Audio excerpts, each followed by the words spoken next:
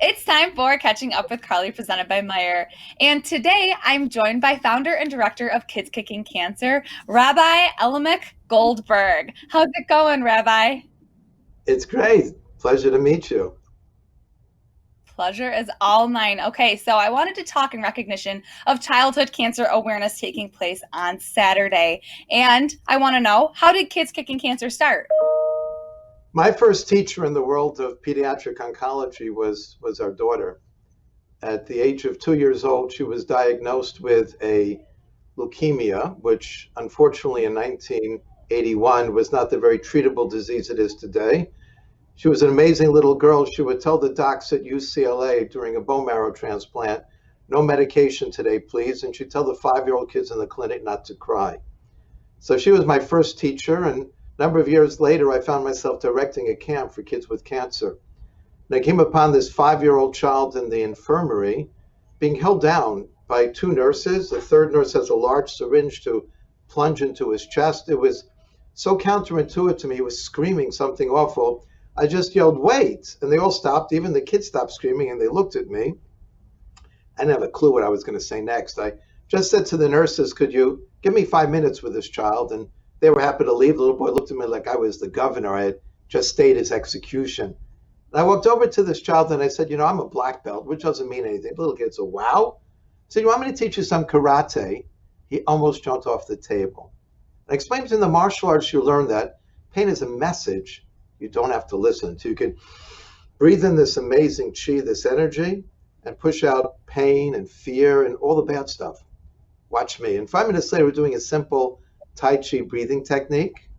20 minutes later, they took the needle out.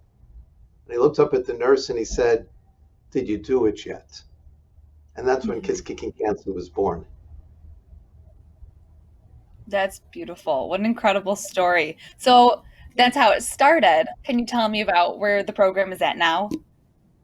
So we began our program with 10 children at Children's Hospital of Michigan. This was 21 years ago in 1999. And now we're seeing children in 93 facilities in 7 countries with our goal to lower the pain of 1 million children by the end of 2025. So we're now spreading through Africa. We're working with kids who have zero pain medications. And we're teaching them how to use their powerful breath and to push out darkness and pain and fear. We installed at the beginning of COVID routers in African hospitals to stay in touch with our children when we couldn't physically go in.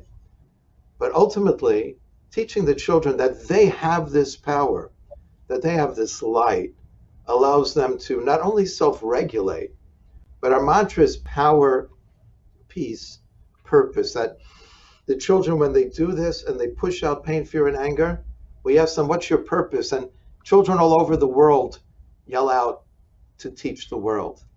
They become teachers. We've actually done functional MRIs, brain scans. I'm also a clinical assistant professor in pediatrics at Wayne State University in the medical school. We've done brain scans looking at the children's brains. After 4 interventions, the centers, the amygdala, the posterior cingulate cortex of the brains that indicate pain and fear and anger, they change. Why? Because the children are able to feel this power, and then they have a purpose to teach the world. I love that. The power of positive thinking. That's really impactful. Speaking of impact, you kind of explained to us the scientific way it helps, but what's the impact on the children personally? When these children know that they are world-class teachers and their pain is lowered, all of a sudden their lives change. Rather than becoming victims of a disease, they actually become victors. And for all your viewers, this is not just for children with cancer now. We've created a hero circle with children of all different challenges. Even going into the cities and working with children who have toxic stress response, we teach them that they can bring in this light. They're actually helping our kids with cancer. So that gives them a purpose. And we've created this ability for them to do the breathing. And then we show them that they can regulate, so they recognize that I'm the boss of my brain, that they can take control. We've even done a study with heroin and fentanyl addicts. We're just ready to publish our study where they were inspired by our children how to breathe in the light and blow out the darkness and self-regulate. We've Mhm. literally had people walking on the streets of Detroit to get their fix for heroin, get a message on a phone app from the children that says, time for your breath break. They breathe in the light and they blow out the darkness. Then they take control over their beast. They thank the children on the app and they've walked away from the heroin. Wow, that's incredible. So, with that, what are some messages that these children can bring to our viewers? I want to tell you the story about a boy by the name of Bernard. There's a group called the Optimists. They make a wonderful party for us every year. And there's probably a group called the Pessimists as well. Those are optimists with experience. But the Optimists made a party for us, and this goes back 3 years ago. And Bernard, not yet 11 years old, is being pushed by his twin sister to the front of the audience. And he asks for the microphone. In a loud voice, he says, "Hey, my name's Bernard, and I want to thank all you optimists for making us such a great party. And I want to thank Kids Kicking Cancer. You guys are our family. But I want to teach you what they teach us in Kids Kicking Cancer, because every one of our kids is a teacher. I want to teach you how to breathe in the light and blow out the darkness. And I want you to know, no matter what you face in your life, you can breathe in the light and blow out the darkness." And then he proceeds to teach them our breath break. And he says, remember, no matter what you face in your life, you can breathe in the light and blow out the darkness. And then they gave me the microphone, and I had to take a breath break myself, because we all know that Bernard's mom ran away when he was a little baby. His dad died when he was 8 years old. His uncle died when he was 9 years old. And that was here he was diagnosed with an inoperable brain tumor that was slowly stealing any movement from his body.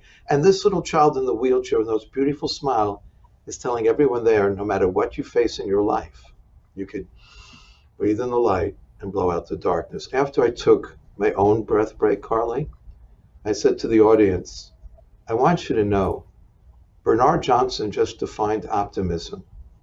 But optimism does not mean that everything is going to be great. It means we could respond to everything with greatness. And that's what the children of Kids Kicking Cancer teach every single day. Wow, that's absolutely incredible, Rabbi. You're definitely making a difference in these kids' lives, and in turn, they're making a difference in other people's lives. How can people get involved? How can people help out with Kids Kicking Cancer? Please come to our website, kidskickingcancer.org. Kidskickingcancer, one word.org. Plenty of opportunities to learn from the children, at the same time help us lower the pain of millions of children across the planet. Beautiful. Rabbi Goldberg, thank you so much once again. I really appreciate your time. My pleasure. Power, peace, purpose. I love that. I will always remember to breathe in the light and blow out the darkness. I really appreciate you spending the time to talk with me today on Catching Up with Carley, presented by Meijer. Rabbi Goldberg, keep up the good work. I love what you're doing for the kids.